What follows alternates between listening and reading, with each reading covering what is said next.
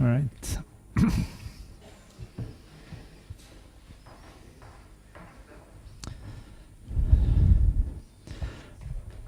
All right, so now this morning I will talk about radiative transfer, composition in the atmosphere, clouds, and how this works together to build a temperature structure that is really the driver of what's going on in the atmosphere. So here is the outline of the talk. I will talk a little bit of how this machinery works. Then some radiative transfer. I will show how coupled this system is. And I will finish with some examples of temperature profiles. Okay, so how does it work? So the driver of the energy driver of the atmosphere is the stellar flux. So part of this stellar flux is absorbed by the planet, as the disk of the planet, and part of this intercepted flux is reflected. So the albedo is defined as the fraction of total energy reflected to the total energy received from the sun. And another source of energy that can be present in the atmosphere is a flux coming from the interior of the planet. This energy coming from the interior can come from the gravitational energy as the planetary body is forming. It can come from radiogenic energy and from the compounds, radioactive compounds in the body. And it may also come from gravitational friction, gravitational forces inside the body that induce friction and therefore energy. So there could be this internal flux reparted over all the surface of the planet that gets into the atmosphere. Then to be in balance, the atmosphere needs to radiate this energy away to space. And so it will radiate it as this flux Fp all over the planet in a first approximation like a black body at a given temperature. So this temperature is called the effective temperature. And so to compute this value, you just make a balance of energy, the energy re-emitted by the planet and the total energy received. And here the A is this albedo, part of the energy that is not absorbed by the planet but reflected away. So as I said, the atmosphere is considered as a black body at a given temperature, T effective. And so you can get this effective temperature using this energy balance. Right, so some examples for terrestrial planets. In this case, we don't have significant internal flux, so I will neglect this. And so you can compute the effective temperature from the solar flux at the given orbit of the planet. And the albedo of these planets. In the albedo, you can see Venus is very reflective. Most of the energy coming from the sun is reflected by clouds away without being absorbed. And so when you compute the effective temperature, in fact, Venus has a lower effective temperature than the Earth. But when you measure a surface temperature, you can see that there is a large difference. There is a difference between the effective temperature and the surface temperature. And this is really the effect of the atmosphere and the fact that the atmosphere induces this, what we call the greenhouse effect, that we raise the surface temperature because, in fact, the layer that is the emitting light body at the effective temperature is higher in the atmosphere, not at the surface. You can see now that Venus has a tremendous greenhouse effect. Earth has just the right greenhouse effect, but you have also a small greenhouse effect on Mars and Titan. So that's a global picture of the energy budget.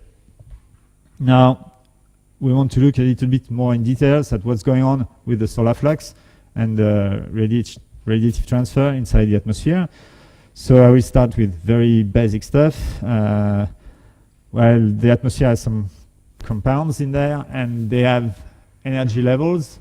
These atoms and molecules have energy levels that can absorb and re-emit energy at given wavelengths. So here you have the example of the hydrogen atom with the Lyman series going from excited levels down to the ground state. And this is UV transitions. The Balmer series is visible transitions, and these series are in the infrared. So this is an example for hydrogen, but of course every atom and molecule in the atmosphere will have its own signatures in the absorption and absorption or emission. This is not just single deltas. Each line will have a given broadening due to two main parameters. Doppler broadening, which is due to the fact that the atoms are moving or the molecules are moving towards or away from the observer, and so the line is shifted a little bit. This is a Gaussian profile, so it will be the black profile here. And but also you have a pressure broadening. The fact that the molecules are colliding in the atmosphere will induce some shift also in the transition. And this is represented by a Lorentzian profile. I didn't put the formula here, but anyway, this is this red line. And then when you combine all these two effects, the usual profile used for the shape of the line is called the Voigt profile, and you have two examples here in green and blue. Usually you also have to take into account the fact that far away on the wings of the absorption, the line is not really Lorentzian, but sub-Lorentzian. There are less absorption than you compute with this formula, the corresponding formula. And so all this has to be taken into account if you want to really know the shape and of the line and the way a given molecule will absorb in this or that line transition. So this is for electronic transition, but you also have other transitions in molecules because of the fact that you have several atoms linked to each other. You will have some rotation states. The fact that the molecule will rotate around given axis can induce some different levels within a single electronic level. And also the atoms can vibrate in their link, and this will induce some also vibrational levels. And of course the energy differences between these levels are larger for rotational levels and smaller for vibrational. And in fact, this will be lines that can be observed in far infrared or some millimeter, and vibrational you can go to millimeter wavelength. And so you will have at these given wavelengths also some signatures of given molecules. And when you go from one of these levels to one of these levels, then you will broaden or change the single line we had previously in a range of transition around this electronic line. So for example, you have this 15 micron band for CO2 with the electronic transition is here, and then you have all these vibrational and rotational levels that build this Q branch here. So this is also typical signatures for every molecules, and we'll have to take all this into account to understand how the solar flux or the infrared flux, thermal flux of the planet will be transferred within the atmosphere. There are additional absorptions that can appear at relatively high pressures. When you increase the pressure, you can have some effect. For example, you can build a dimer of CO2, a weak link between two CO2 molecules. And this dimer can also have its own energy levels. And you can get some additional absorption due to these, what we call collision-induced absorption. And this is an example of this CO2 dimer. It's within a window in CO2, so a region where there is no transition in the CO2 absorption. But when you increase the pressure, you see that there is a band, an absorption band that is building up in this region, which is due to this CO2 dimer. This has to be taken into account also when you want to compute the radiative transfer in the atmosphere.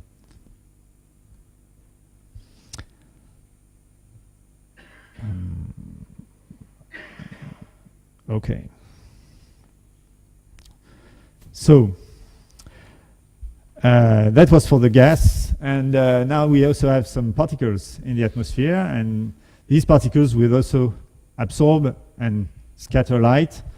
And you have here an example of a particle. So the incident light is arriving, part of it is absorbed, part of it is scattered at a given angle. And the way the light is scattered as a function of the angle is called the phase function. So you have an example here. This is an example for a sphere. We used what is called the size parameter, the ratio between the radius and the wavelength for this sphere. And so in this case, this size parameter is around 2, and you get this kind of phase function. If you take an agglomerate of 20 of these spheres and look at the global effective radius of this ensemble, you can have another sphere that will absorb with this dotted line here, with this phase function. Sorry, so it's not absorption, it's scattering. And in fact, the fact that the particle is not a sphere, but an ensemble of these 20 small spheres, we have a fractal shape. And this fractal shape, in fact, has a phase function that is very similar to the sphere of the monomer, the small one, and except in the forward scattering. So when the light is scattered in the same direction as the incident light, which is more similar to the effective radius of the sphere. So this is this combination of the two. So each particle will have its own phase function signature, which is characteristic of its shape and size. Here we have the example of the Martian dust. So the first panel is the extinction, so the part of the light that is absorbed by the particles as a function of wavelength. So you have visible here and infrared, far infrared. So the dotted lines here are this is the solar flux shape, and this is the thermal infrared shape. And the scattering is defined by these two parameters. So we have some formulas to model this phase function. Usually we use this asymmetry factor G, which is really a characteristic of how much light is scattered in the forward direction compared to the other directions. And this single scattering albedo. And for the Martian dust, you can see, if we look at the solar light, you can see that the asymmetry factor is larger for the blue part. So that means that the blue light will be scattered more in the forward direction than the rest of the spectrum. And the blue part is also less scattered than the red part. And this ends up with this nice sunset on Mars, where you can see that the dust is like on Earth, the blue sky is due to the molecular Rayleigh scattering of the light. The red is scattered less than the blue, so you get a blue sky. Here, the red is scattered more than the blue due to the dust particles, and you get a red sky. And the forward scattering is more effective for the blue light, so you get a blue sunset. All right. So now with all these elements, we can try to understand how the light is transferring inside the atmosphere. So first, let's have a look at the solar spectrum. So you have here in yellow this incident solar spectrum at the top of the Earth atmosphere, which is very similar to this black body radiation at 5,800 Kelvin. And then the red part is what is received at the surface of the Earth. So you can see that the difference in between is the effect of the absorption of the atmosphere, and with very distinct signatures of the molecules that will absorb the light in Earth's atmosphere, so especially water, CO2, ozone, here, oxygen. And so the available radiation at the surface of the Earth is this spectrum. Then we can also have a look at what is the reflected light from the Earth. And for that, we have to get away from the Earth and look at the Earth.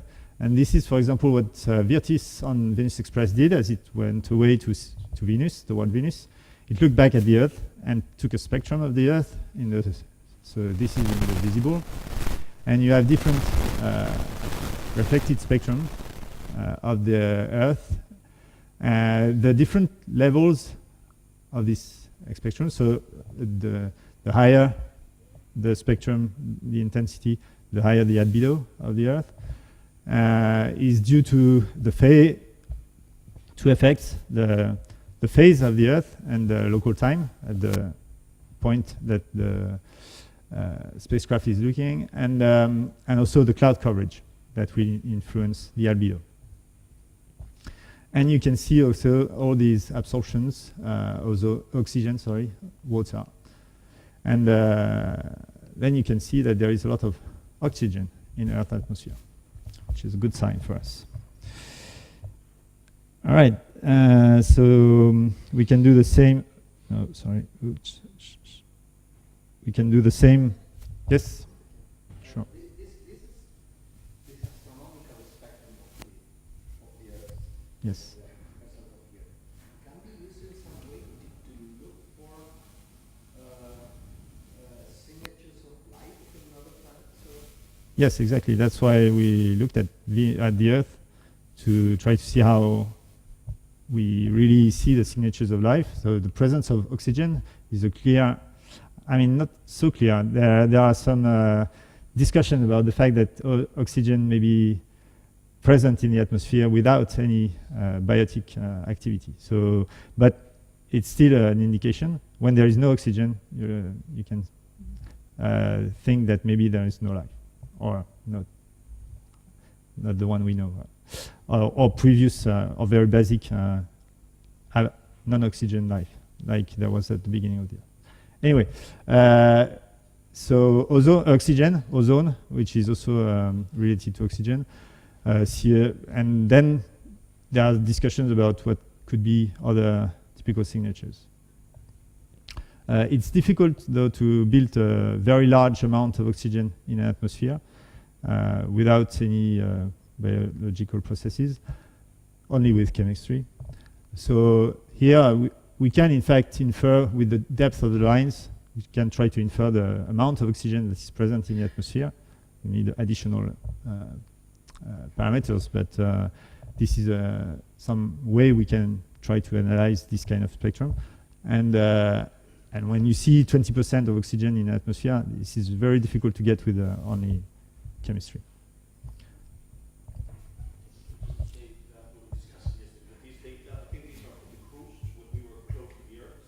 Yeah. Now remember that we had a lot of data because it was an image of the Earth, but then we took from Venus, so it was actually a subpixel. And then we had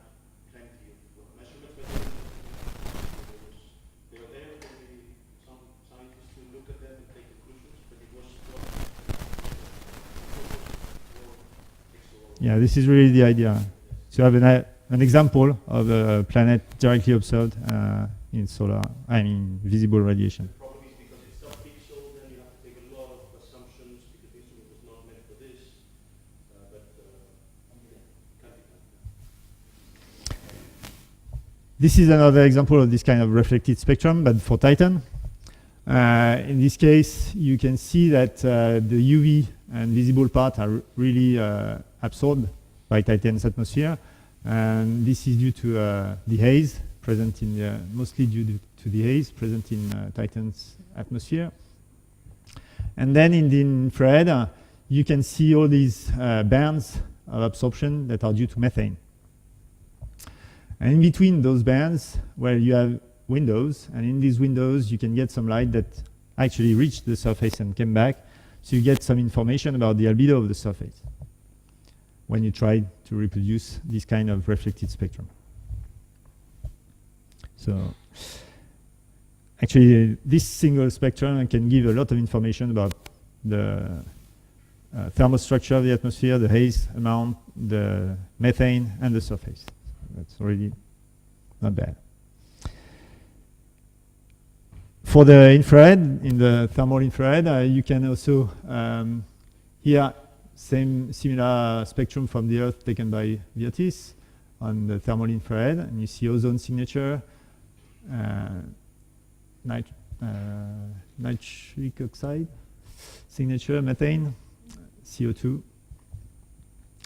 And here are similar spectrum of the Earth atmosphere taken from orbit, and looking at different regions in the Earth atmosphere. So you can see the effect of the temperature, tropical region here, while here we are subarctic winter. And then you have different signatures, also ozone, methane, and so on. This is the shape is very similar to the black body at given temperatures between 200 and 300 Kelvin, roughly.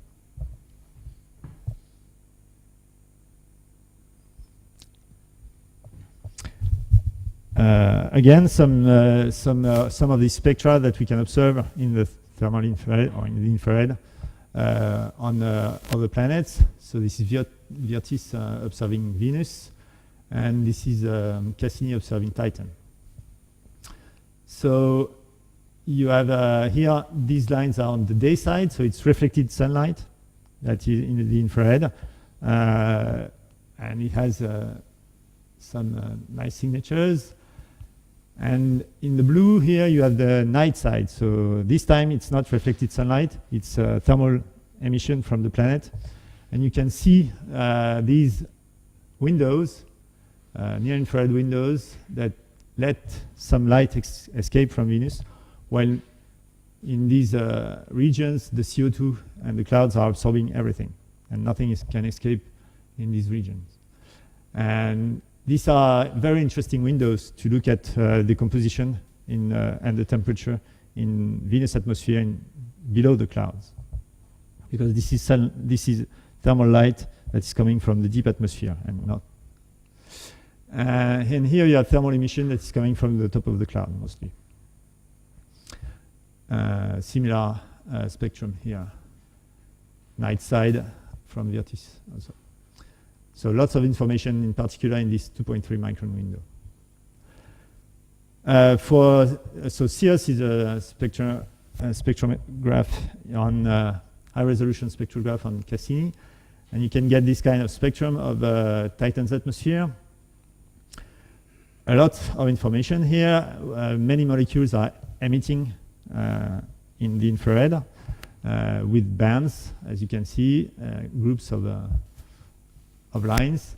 You have methane here that can be used as a thermometer, in fact, because we know the abundance of methane in Titan's atmosphere. So if we know the abundance, we can reproduce this kind of spectrum with a temperature profile, or at least temperature at the level where most of this wavelength is emitted. And then you can have this temperature, and once you know the temperature, well, you can deduce all the abundances of the other compounds when you try to model these lines. So you have acetylene, ethane, ethylene, ethane, HCN, and so on. This is an ADI observation, so looking directly at Titan. You can also look at the limb, and then you can probe different levels in Titan's atmosphere and get these emission lines also from the molecules at different levels. So you probe the temperature if you get a methane line, and then you probe the abundances of all these molecules at different levels. You can see these nice bands, vibrational bands. This is ethane. This is methane. So this is the thermometer. What's the spectral resolution Oof. From the top of my head, 0.5 centimeter minus 1. I think so. I'm not sure.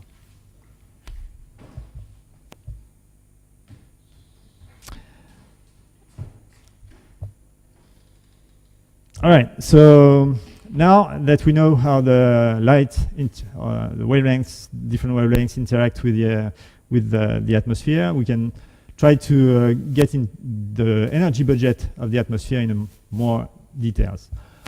This is the kind of diagram that we call Trenbott diagram. It's a way the energy is distributed in the atmosphere, downward and upward. So you can see here the solar light. So this is for the Earth. You can see the solar light and how this solar light is progressing into the atmosphere, the amount that is scattered by the clouds and atmosphere back to space, the amount that is absorbed by the atmosphere, what reaches the surface, what part is reflected by the surface and gets away, what is absorbed by the surface. Then you can do the same analysis for the infrared. The surface is emitting infrared radiation at its given temperature. Then part of it is absorbed by the atmosphere, re-emitted. So part of this re-emission is directed to space and part of it is directed backward. And this is this loop that will induce the greenhouse effect.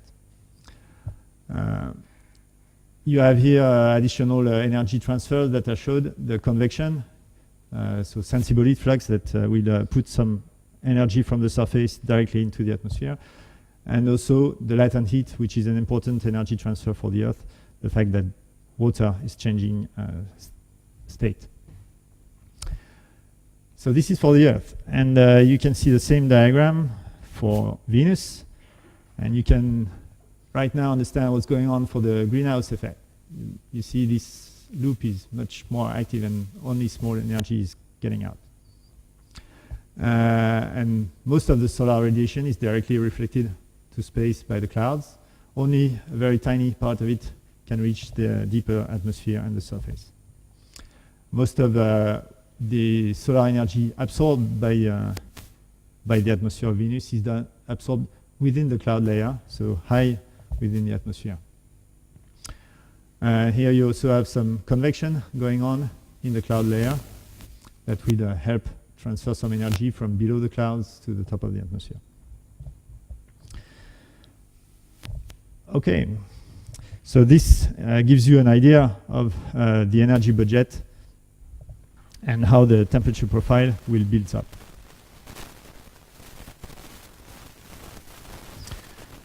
This is a, so you can see directly that this is a very coupled system. You need, I mean, the way the energy is transferred in the atmosphere is directly linked to the composition of the atmosphere and to the amounts of particles in the atmosphere, dust, clouds, and so on.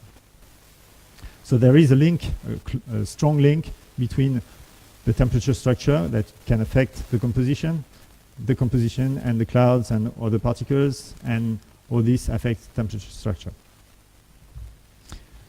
And I didn't put the dynamics in yet. So the composition of the atmosphere is due to the history of this atmosphere. For the terrestrial planets, it's not directly what we call the primary atmosphere, which is the atmosphere that is on the giant planets. These giant planets retained the hydrogen and helium original from the protoplanetary nebula, and they retained all their volatiles from their buildup. So that's these atmospheres are called primary atmospheres. For the terrestrial planets, we think that these primary atmospheres were blown away at the beginning of the solar system because the solar flux was much stronger, more UV flux, and so the primary atmosphere that was outgassed during the formation of the planet was not retained. But as time went on, the interior of the planet outgassed again some molecules, also received some volatiles from outside, from the comets, for example, and build up a secondary atmosphere. And this is the evolution of this atmosphere as for these 4 billion years pass, ends up with the atmosphere we now observe. For here, we wanted just to show you the example of a model of Titan's evolution for the atmosphere to illustrate these variations in the atmospheric composition. So one main point in Titan's atmosphere is, so it's composed of nitrogen and a little bit of methane. So the nitrogen, we think, is coming from ammonia, outgassed from within the ices, that will be very efficiently photolyzed into nitrogen. So nitrogen is a product of this ammonia that was present in the solid ices that build up the planet. And then for the methane, here you have a model. So we think the methane was also contained inside the ices. And here this model is giving you the evolution of the interior of Titan's body from the accretion to the current state. And this is for the deep interior. You have at the beginning a mixture of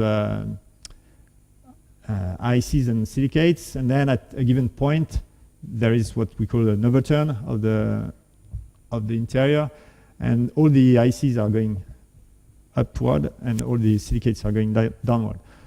And this induces a large degassing of methane. So if you look into the atmosphere here, you have the amount of methane. We think the amount of methane was very large at the beginning when there was this process. And then as time goes by, the methane was photolyzed and disappeared from the atmosphere of Titan until you have some transition going on with the onset of the core convection. And in this transition, again, induced some outgassing in the ices, and more methane was injected into the atmosphere. And then you have the methane is decreasing again. And I don't remember why it's so sharp here.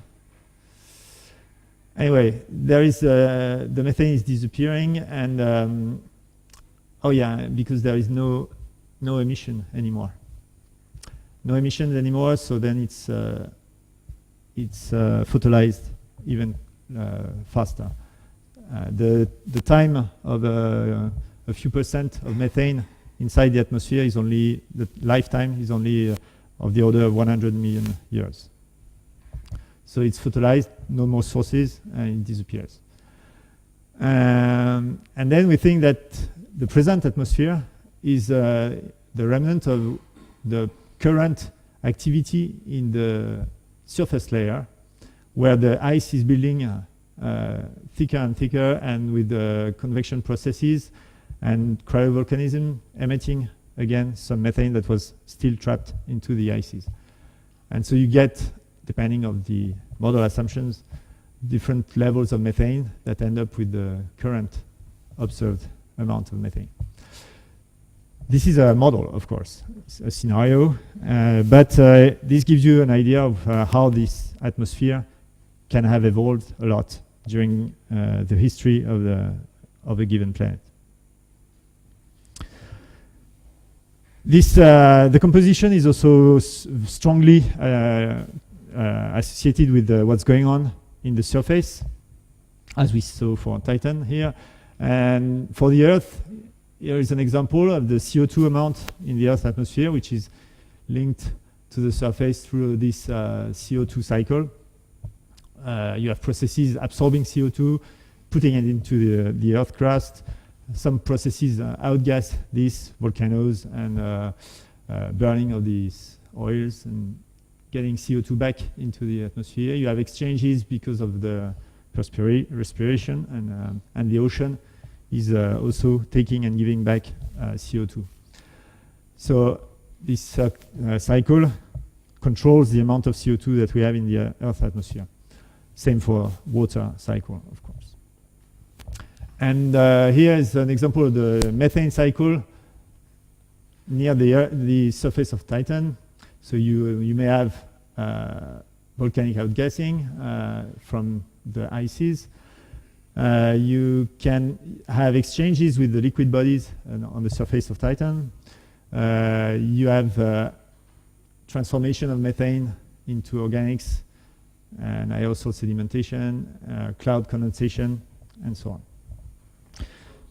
You're counting on Titan that there's a continuous source of methane. Well, To make it stable. as I said, the lifetime of methane is 100 million years. So if we think this amount is stable, or at least from the preceding model, there is some input from the surface giving back some methane into the atmosphere. The amount of this source is not known. The amount of the way methane is decreasing in current atmosphere is not known. So that's all model things for the moment. And it's difficult. It's a balance between the sources and what's destroyed at the top of the atmosphere. And also not only destroyed, but also transformed into higher, heavier hydrocarbons and sedimenting at the surface.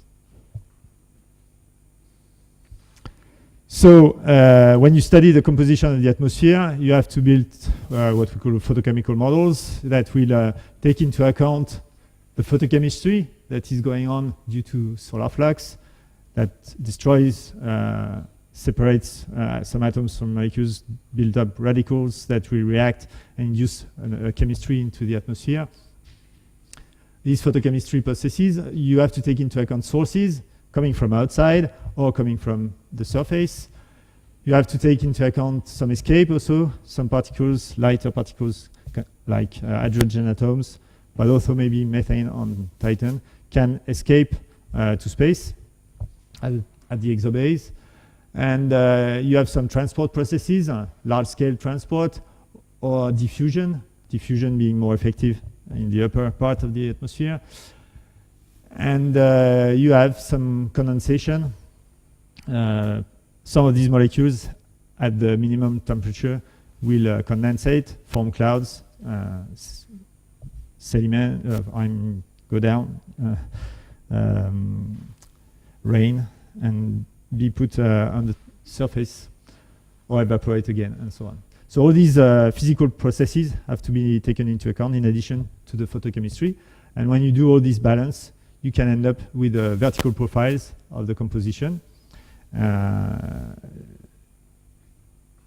that are compared to what is observed and can be used to compute the temperature. All this being coupled, of course. All right, so the particles present in the atmosphere may have different sources and different nature, different structures. And so I separate here in three categories: the dust, which is mineral particles that are lifted from the surface. This is an illustration of the wind profile and the processes going on that ends up with putting particles into suspension in the atmosphere and then bring them to higher atmospheric levels. And you have some examples of particles within the winds.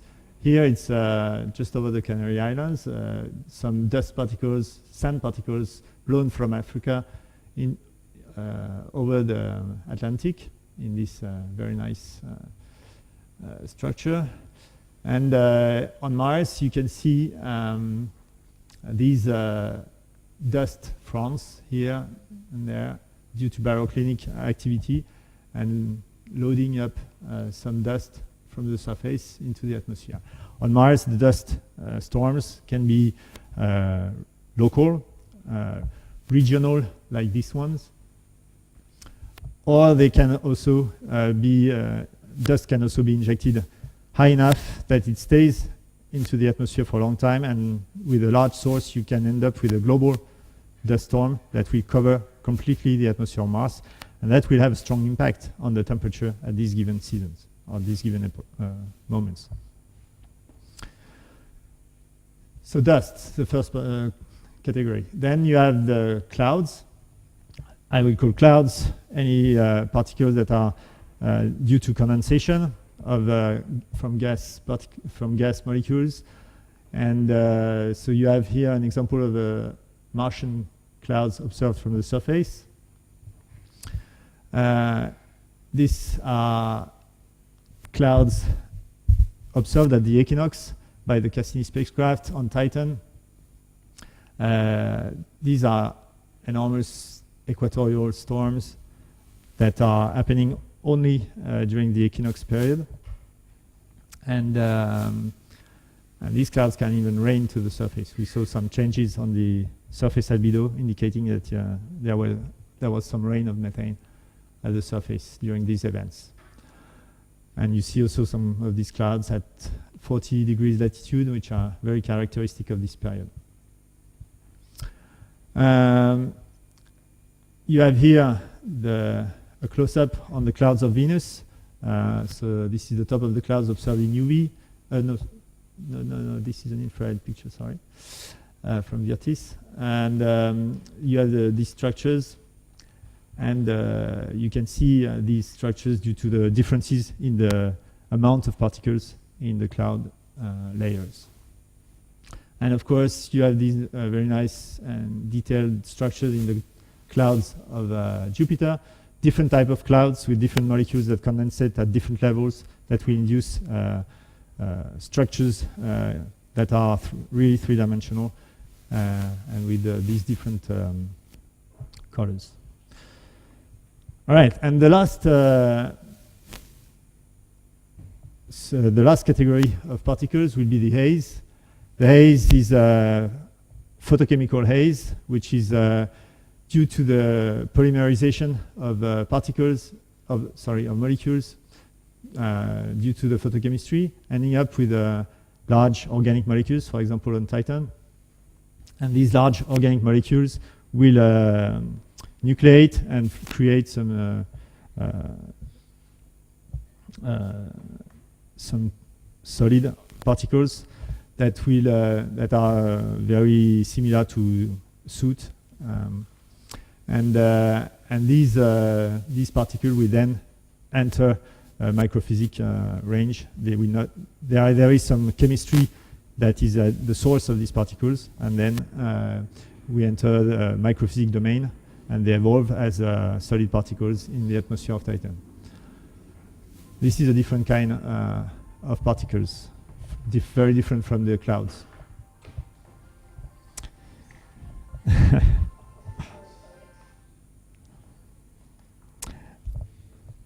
All right. So you have to, when you want to study these particles and their effect in the atmosphere, you have to understand their distributions. That means the way the particles are distributed in abundance as a function of the radius of the particle, and as a function of altitude. So this is the result of the microphysical processes that are going on. This is an example for condensate clouds. You have some nucleation that will start up the particles that can be on dust particles or homogeneous nucleation of the molecules. Then you get condensation on this nucleus, and the reverse process is true, evaporation. Then the particles will interact with each other, and this is what we call coagulation. They can grow in size due to these processes that they are subject, of course, to large-scale transport. And then they will end up sedimenting to the surface or downward. So all these processes are taken into account when you want to compute the distribution of particles in size and in number of particles as a function of altitude. This is an example of a size distribution. This is a radius and the number of particles. For an Earth desert here and some different models for the dust distribution on Mars, where it seems that you can have some bimodal. So we call mode kind of Gaussian distribution or of the particle around one given level. The shape is not Gaussian necessarily, but it's around a given radius. You have a distribution of particles, and when the distribution is centered on this radius, we call it a mode. And you may have bimodal distributions, trimodal distributions, and so on. And in the Venus clouds, the opacity that was measured as the probes were going down, with and the amount of particles measured, for example, with an instrument called nephelometer, will allow you to retrieve the number of density of particles for different modes as a function of altitude. And here you have the distribution of the clouds in Venus as they are analyzed with the Pioneer Venus data. You have the three different modes. Mode 1, which are small particles, some micron particles, which are present mostly in the upper part of the cloud. Then you have a mode 2, which is micron particles present in the upper cloud and in the middle cloud.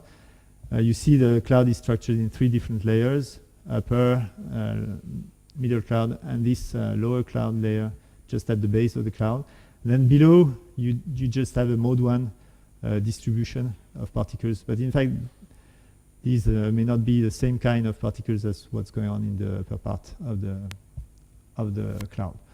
Anyway, this is the kind of distribution that you want to know when you need to compute the interaction of the light with the clouds. So as I said, all this is coupled, and I love this cartoon. It's a little bit complicated, but I use it since my PhD, and it's very convenient. So you can see really how this engine of the circulation, the fact that you have a temperature structure that will induce dynamics, and this temperature structure is due to the solar radiation and temperature and infrared radiation in the atmosphere, and to the radiative transfer. And you can see that it's coupled to the chemistry. The UV flux will be inducing the chemistry, producing the composition that will interact with through infrared transmission on the temperature. The aerosols and the microphysics will also interact. There are links between chemistry and aerosols. And there are, of course, a strong link between atmospheric dynamics and both of them, because it transports the compounds and the aerosols. So all this is coupled. Now let's see how we can deduce some information about the temperature structure. To compute the temperature, you need radiative transfer scheme. Most of these atmospheric radiative transfer scheme are based on the fluxes computation with a radiative transfer equation and some assumptions to simplify the computation. And you usually end up with computing two streams, one going down and one going up, for usually two different wavelength range. The solar part, which is mostly the incident light and how it will be transferred into the atmosphere, and the thermal or the infrared wavelength range, that is different assumptions because it's really emitted inside the atmosphere, most of it. So you compute downward flux, upward flux, and then what you want is the heating rate, which is due to the gradient of this thermal flux in the atmosphere, of this radiation flux,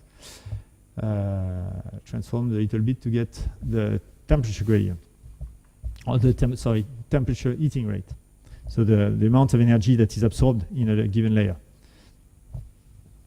absorbed or emitted in a given layer. And of course, you compute this as a function of wavelength. But there are also some other interesting formulation. You can have this net exchange rate formulation, which we have been using on Venus. It's very convenient, and it's a good way to analyze the radiation exchanges in the atmosphere. So what you want to do is compute the energy that is emitted by a given layer and received by another one, so an exchange between these two layers, and the reverse part, the energy emitted by this layer to the other. And the net difference is the net exchange between these two layers. And when you know the net exchange, you can compute the heating rates, because for a given layer I, it will be the sum of the energy that are exchanged with all the other layers. And in layers, I include the surface and I include the space. And you can decompose this this exchange along several paths between these two layers. And you have some optical constants that are characteristic of the absorption and emission in between these two layers. And this is this part is related to the difference in temperature. This is the Planck function, difference of temperature between these two layers. So when you know this matrix, you know you have here the layer indexes for this matrix, and you can know how much energy. Of course, it's symmetric. You can know how much energy is exchanged by a given layer with another one. And you can see from this shape for Venus that most of the exchanges are really local exchanges. The energy cannot be transferred on large distances, except between this part of the atmosphere, below the cloud, and the cloud base. What you see here is the signature of the cloud base. That means that these layers are heating the cloud base here. And at the top here, you can see the exchange to space. And in fact, this energy is coming only from these layers. There is no exchange to space or no significant exchange of energy to space from the deep atmosphere, which means that the effective temperature of the Venus atmosphere is located at the cloud top here. All right, so when we look into more details in this net exchange rates, I just wanted to show you this because it's a really good illustration of how the energy is transferred. And Venus case is a nice case to study. So what you can see here is the blue is the solar heating, the way the solar energy is heating the atmosphere locally. So you have most of the heating is within the cloud. The cloud is located between this layer here, which is the base of the cloud, and this layer approximately here, which is the top of the cloud. So most of this energy is absorbed in the upper cloud, but some of it is still absorbed in the deep atmosphere. And then this energy has to get out, so we have to cool this part, and the green one is the infrared radiation, the net balance due to infrared radiation at a given layer. So it means that all these layers are cooling, of course, because they are heating by this part, and so they have to cool. But you also have this red light that needs to that is present, which is in fact the convection. Some of the energy has to be transferred through convection because the infrared cannot cool the atmosphere enough at a given layer, so you induce convection. And you can see that we have convection in the deep atmosphere, and we have convection between the base of the cloud and this level. And why this level? Well, this can be analyzed with this matrix, and you can understand why at a given level we start to radiate energy away and stop the convection. So in the top of the atmosphere, most of the energy is exchanged in the CO2 15 micron band. And you can see this energy is what's going out to space from this level. So maybe I have to explain a little bit more. This is what the energy that is exchanged by this level. So this level, the blue indicates that this level is cooling to space. This level is also cooling to the level just above, and is heated by the levels just below. And it's also heated by all these levels in the clouds, in this wavelength range. That's a real good way to picture the exchanges of energy in the atmosphere. And if we look at what's going on at the cloud base, this is the cloud base. So you can see that the cloud base cannot radiate much energy. It does radiate a little bit to space in this 20 to 30 micron window, but this is not enough, in fact, to really cool this layer, because it's heated by all these layers below due to these windows in the CO2 absorption in near infrared. So all these layers are heating this base, and the base cannot radiate away and cool down enough. So you induce convection so that energy can be transported upward. And you stop this convection at this level, because this level can, the opacity in this 20 to 30 micron window is thin enough at this level so that the level can really see space and radiate energy in this window, 20 to 30 micron, to space, and cool directly to space by this energy exchange. So you can cool radiatively, so you don't need convection anymore, and the convection stops. So you get convection between this level and this level. So this way you can see that the opacity in this wavelength region is really crucial for the energy balance of the cloud layer of Venus atmosphere. And you can see also that the energy that is in these windows, the opacity of these windows, is crucial to understand the temperature structure below the cloud. And this has a strong impact on the clouds, on the temperature at the surface of Venus. So you couple the knowledge you have of the spectral parameters of the composition and particles in this given wavelength to the thermal structure of the atmosphere. Because in the deep atmosphere you have very small, here in the deep atmosphere you can see the very small exchanges of energy.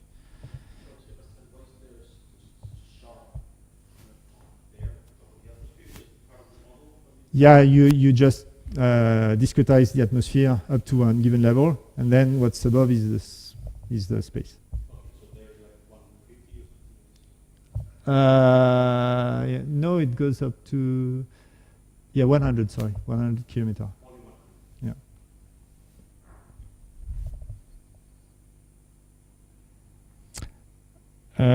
Okay. I think I'm done. Maybe I'll skip this one. It's a little bit complicated. It's Titan's atmosphere. It's just to illustrate the fact that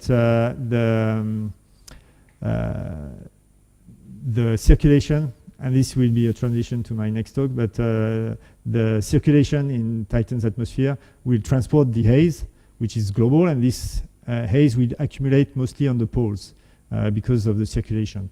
And this accumulation of haze on the pole induces some effect on the shortwave heating. It will absorb more energy on the polar regions. And also on the cooling, it will radiate more energy because of the amount of particles in the polar regions. And this has an effect on the temperature. And this is the effect of the temperature. You can see that even if we are at equinox, and everything is roughly symmetric in Titan's atmosphere, where you have a stronger cooling in the hemisphere going out of the of winter, because of the amount of particles that have been accumulating during winter in this region. But I will finish just to show you 2D distribution of temperatures in these terrestrial atmospheres. Let's start with Venus. Venus has a very homogeneous temperature in the deep atmosphere, as I already said. But in the cloud layer, you have here some radio occultation data from the Vera instrument on Venus Express, and you can see a very peculiar feature that has been observed on Venus atmosphere since pioneering Venus, which is called the cold collar. It's a colder region in the upper cloud at 70-75 degree of latitude, and this cold region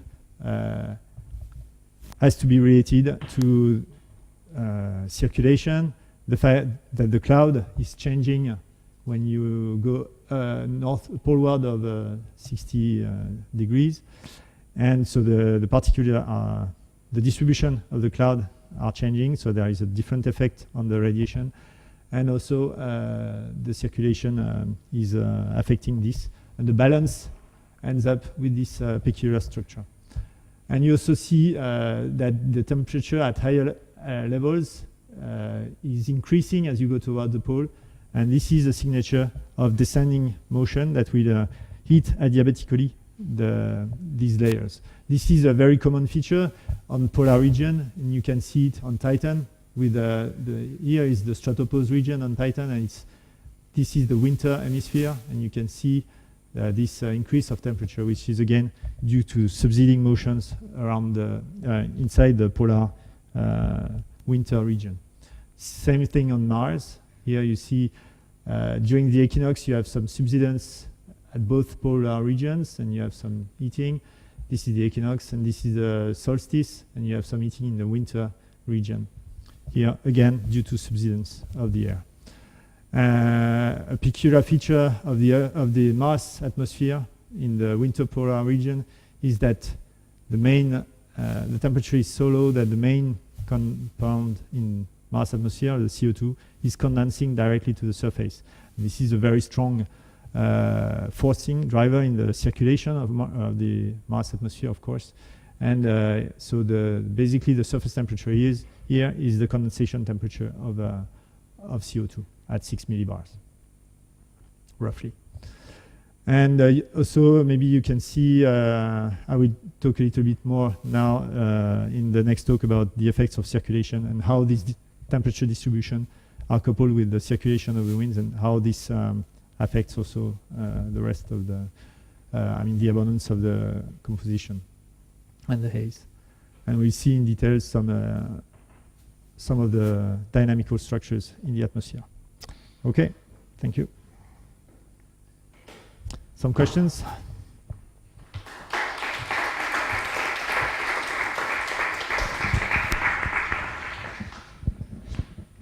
Can you go back to your Venus energy balance slide?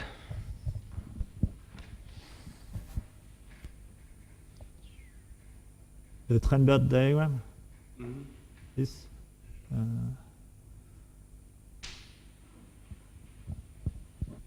Yeah. So how is it that there's heating if your net heating from the sun is less than your outgoing infrared radiation? Why isn't Venus cooling? Right? So you only have 80 watts coming in, but you have 160 watts per meter square going out. 80 watts coming in? No, we have 135 watts absorbed from the sun. Oh, so that doesn't just 15 that doesn't just and okay. 15 that are coming from some of it is coming from the convection here, and no, it should balance. These 160 watts are these 135 plus 25. Okay. Okay.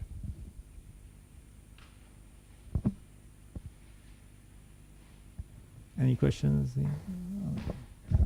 I was just going to ask, so this is Venus for Titan. Which molecule is doing the cooling primarily? Mostly the haze. Okay, so all the haze molecules, so the haze particles are doing a lot of cooling and a lot of heating also. So these methane also has a lot of a role to play on the tropopause region. Mhm. The tropopause region is controlled by the methane cooling and by the haze structure.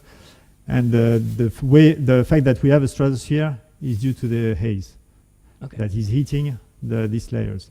On Earth, the stratosphere is due to ozone, which is absorbing UV light from the sun.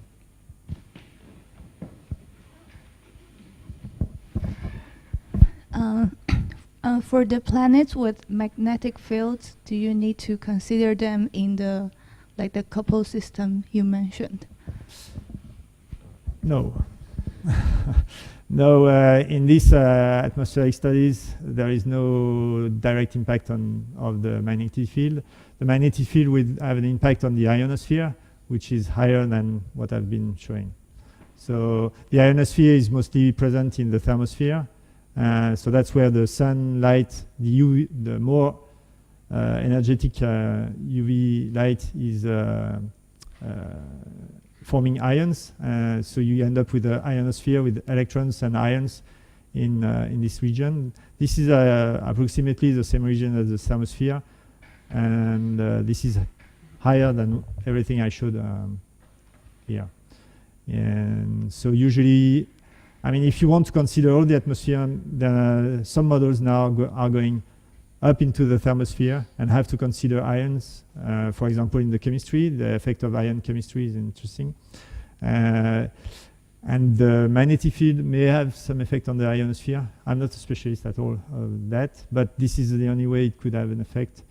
It has a strong effect on the escape rate and the interaction of these ions with the solar wind field, but not for the neutral dense atmosphere that we are considering here. Okay. Hi, could you go back to your spectrum for Titan and the visible, please? Visible Titan, France.